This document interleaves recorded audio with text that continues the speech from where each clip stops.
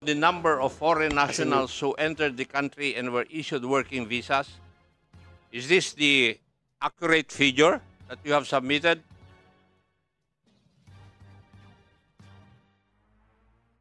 BI. Yes, Mr. Chair. Yes. Are you sure? Yes po, sir. Yan po yung na-generate nung nung system namin. So. Do you, for the visas issued by PESA, by the export processing zones, are they included there? No, Mr. Chair, And hindi then po hindi sila. current yung iyong record, iho. Makipag-coordinate po kami sa PESA for Hindi the nga, records po. sinasabi ko nga sa'yo, hindi current eh. Dahil sinagot mo sa akin kanina, yes. But that does not include yung visas extended by the export processing zones because they are allowed by law to issue such. Now, can you tell me whether the data that you have submitted, data on the number of foreign nationals who entered the country and were issued working visas? Mr. Chair, this is limited to the working visas that were issued by the Bureau of Immigration. Bureau of Yes. Immigration lang. Yes, Your Okay. Honor. Thank you, Mr. Chair. That would be all. Yes, nakuha na po natin yung mga submission nila sa Bureau of Immigration. And the Security and Exchange Commission, when we asked the, what do you call this? The incorporators of the 402 illegal POGOs that was identified by PAOK-TF, for the information of the members of these both committees, andito po sa likod lahat yung mga documents. Andiyan po lahat. If you wanted to see, because voluminous po yung ating pong mga documents, but I tried to check it out last night, and almost all of them have a Chinese incorporators. So if you want to check, you can check it out at the back of this chair. Okay, so before I recognize Congressman Deputy Speaker Albano, would you mind if I just give these documents to the City League and the Municipal League of Mayors?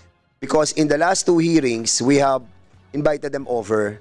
And as a matter of fact, andito ngayon si Congressman, our former colleague, si Congressman Paul Batawil, who will be accepting these 402 illegal POGOs in different municipalities and cities.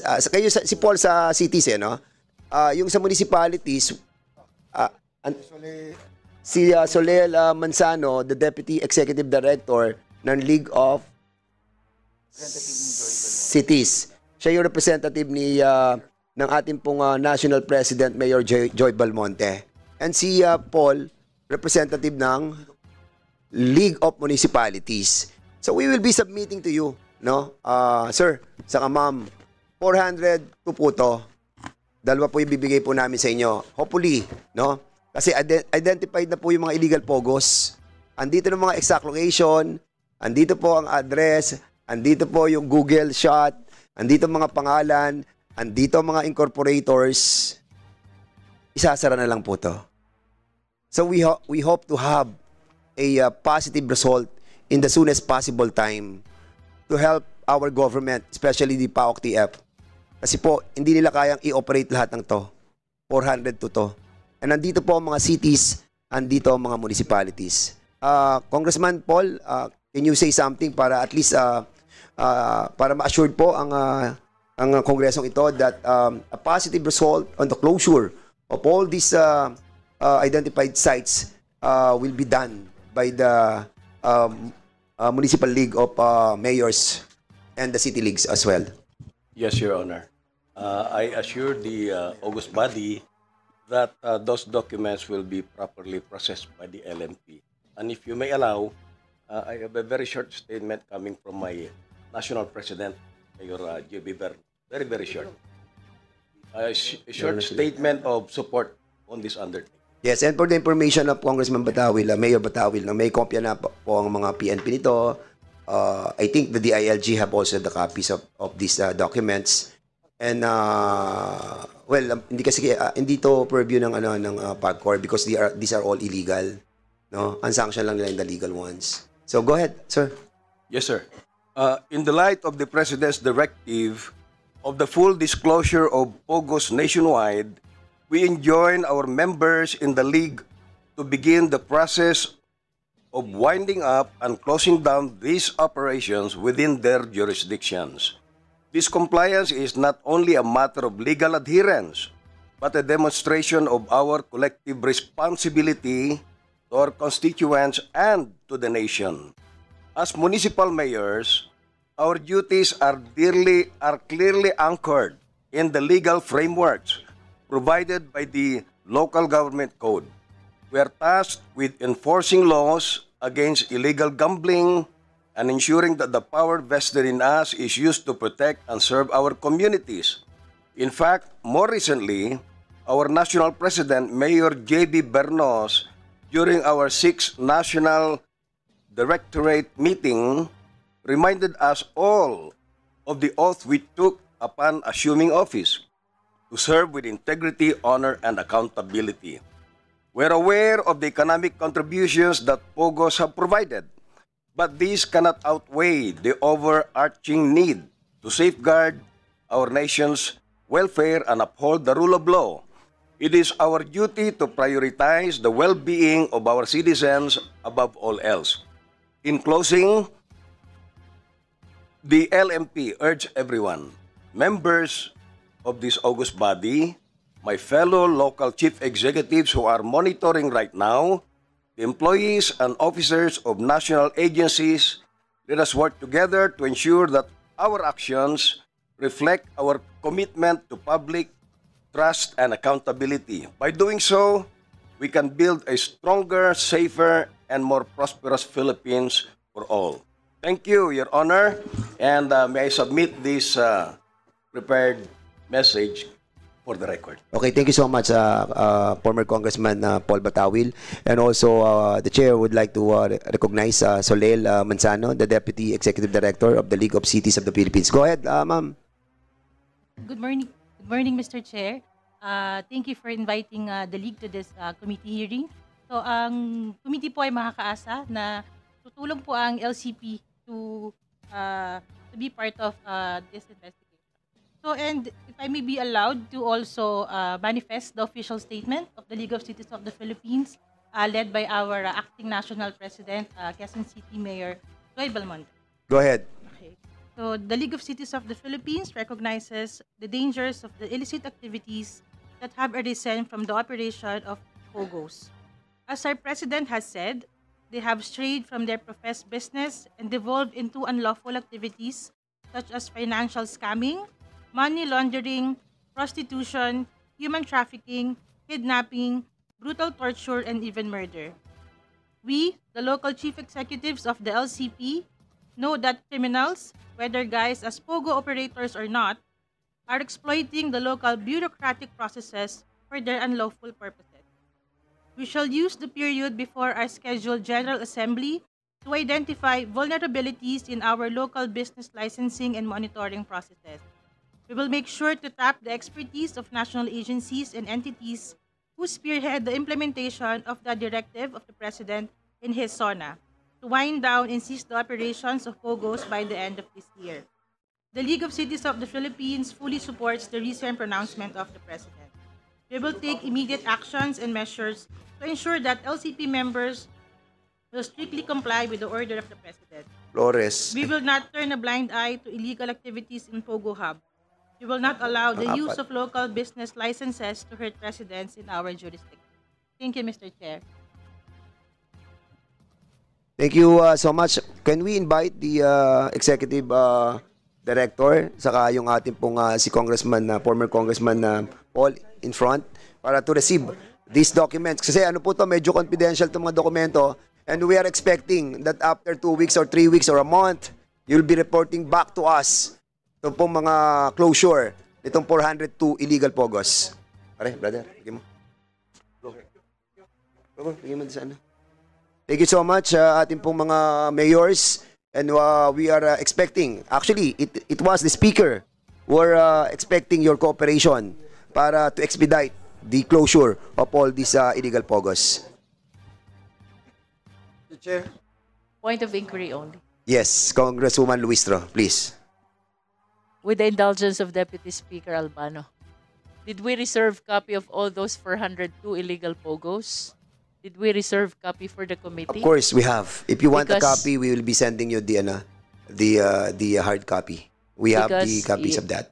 Yes, Mr. Chair. And during the previous hearings, I was made to understand that we will look into the incorporators as well. Yes, of the these incorporators are illegal all in the POGOs. back of this chairman. Okay. So if you wanted to see the incorporators of the 402 that was submitted by the SEC, it's all behind us.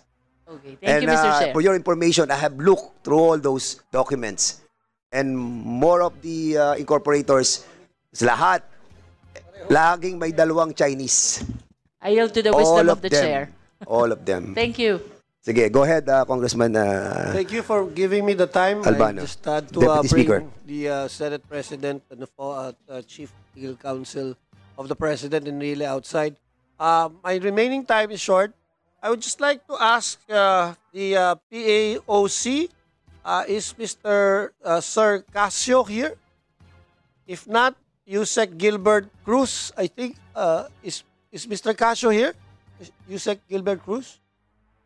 Wala po, sir. He's attending another officer. Yes. Yeah. Well, first, I laud the operations and your, of course, functions as the PAOC to get rid of all these illegal gamblings and corruption in the country. But isang question lang po, siguro nagkaroon kayo ng mga miscommunication because I have here an executive order number 13 dated February 2, 2017, and it says strengthening the fight against illegal gambling, etc., etc., etc. And in here, it says at section 4, paragraph 2, all government agencies and authorities such as PAGCOR, CESA, AFAB, APECO, etc. are hereby directed to fully cooperate with and tend their assistance to the Office of the President and its duly authorized representative in the performance of the tasks and functions herein provided. But your spokesperson, Mr. Casio, has made a statement linking that there were POGOs in CESA which was refuted by no less than the CESA Secretary Katrina Ponce Enrile. So I'm wondering, is there a breakdown in communication because this EO has ordered you and has ordered CESA to communicate with you, and I'm asking the question why and where did Mr. Casio get these statements that there are POGOs in CESA? We will check on that, Your Honor. As to the statement made by Director Casio, I'll probably ask him or make him to provide us a report as to the information na kung saan po nanggaling yung if he really made that statement, sir. Yes, please provide that Yeah. information as soon as possible. And I would like to request, being that you are the Undersecretary of PAOC, that with this executive order, you can easily ask questions and they will cooperate because these are all under the office of the President. And it would have been better for you to have done that so that hindi naman mapahiya yung mga ibang agencies dito na hindi naman kasama dito sa ating mga investigation. Would you agree? Yes, sir. I fully agree with that, sir. Actually, that is the direction of the PAOK right now, sir. We're trying to connect, sir, with those agencies, sir, na binanggit mo so as not to commit the mistake na nangyari before, sir. Opo, and if indeed Mr. Casio has linked CESA with these illegal POGOs, I would like to ask for you to ask him to make a formal apology and submit it to this body and also to report it to the media so that mawala naman yung batikos dito sa aming CESA na importante po sa aming rehiyon ng Region 2. Yes, sir. As to the apology, sir, opo, we will do that. But if ever, sir, we have this intel report, I'll just give it personally to you, sir. Yes, please submit to our chairpersons Yes, sir. confidential. Yes, Para and, magkaroon na kami ng, yes, sir. investigation tungkol dito. Alam ko po kasi, sir, we have, in some, sir, we have intel reports. I'll just give it to you in sa office niyo siguro, sir. Sige. Marami pong salamat. Thank you, sir. With that, may I ask the chair for leave already? Okay. Thank you, Deputy Speaker Albano. Your excuse. Before we proceed, I'd like to acknowledge Representative Patrick Michael Vargas, 5th District of Quezon City. Next to interpolate is Representative Johnny Pimentel. Thank you, Mr. Chair. I have two matters rather to discuss in this committee. The first one, Mr. Chair, I'd like to reiterate my firm position that this committee should issue a subpoena to compel Ms. Cassandra Leong to attend this hearing. I have in my possession documents submitted by the Bureau of Immigration showing that Ms. Cassandra Leong has been going in and out of the country since 2008. So that would mean that Ms. Leong has been conducting business activities in the country for the past 16 years. And if you will recall, a month ago, the authorities raided the Pogo compound in Pampanga, and it was found out that there were traces of evidence that Ms. Leong owned or resided in one of these buildings. So therefore, Mr. Our Chair, I would surmise that this Ms. Leong occupies a very high position in the hierarchy of these illegal pogos. So that, Mr. Chair, it is imperative that we compel Ms. Leong to attend this by issuing a subpoena. Yun po ang isang matter that I would like to discuss. Now, the second matter that I'd like to discuss, Mr. Chair, is with regards to the recent reports that 2 Chinese nationals were apprehended in Baguio City. And supposedly, these 2 Chinese nationals are persons of interest regarding exactly the matter of this hearing. So may I know from Yusek Gilbert Cruz, kung kayo po ba nag-conduct ng raid and apprehension dun sa Baguio? Wait, for a while. Congressman, Yes, I Vice brought the Chairperson. Wait. Vice Chairman Pimentel, I think you have a first motion. No, it was not a motion. It was a manifestation? It was a recommendation because we cannot pass this subpoena or contempt order without the quorum. Yeah, we have a quorum. We do? Yeah, we do have a quorum. We do have a quorum. Then, Mr. Chair, let me go back to my first matter. Yes, I move that we issue a subpoena to Ms. Leong, or rather, to make it more purpose, I move to cite for contempt Ms. Leong. Okay. Before we act on the motion of Vice Chairperson Johnny Pimentel, the Chair would like to recognize first Congressman Chairman Paduano. Go ahead. Thank you, Mr. Chairman. Just to clarify our internal rules and protocols with regards to contempt, we cannot contempt, in my own personal understanding of our rules, Mr. Chairman, we cannot contempt a resource speaker without first issuing a subpoena at testificandum. So we should practice, we should be strict on giving due process. But of course, question of not attending hearing without legal excuse, that will be the violation later. And that will be the basis for us to cite Ong if he will not be present in the next hearing. If we move and vote in favor of the motion of the Congressman Pimentel with regards to issuance of subpoena to Ms. Ong. No, we have invited Cassandra Leong twice, and in accordance with our rules and the practice of this House is on the third time that we have invited the resource persons, without any explanation, a show cause order will be in order. So, Mr. Chair, so I think the subpoena is the proper order that this committee should issue to her. So if it will be okay with the Vice Chairman let Pimentel. me, Sige, go ahead. so that everyone will be clarified, Mr. Chair. Under Section 11 of our House Rules, the committee may punish any person for contempt by a vote of 2/3 of the members present, there being a quorum.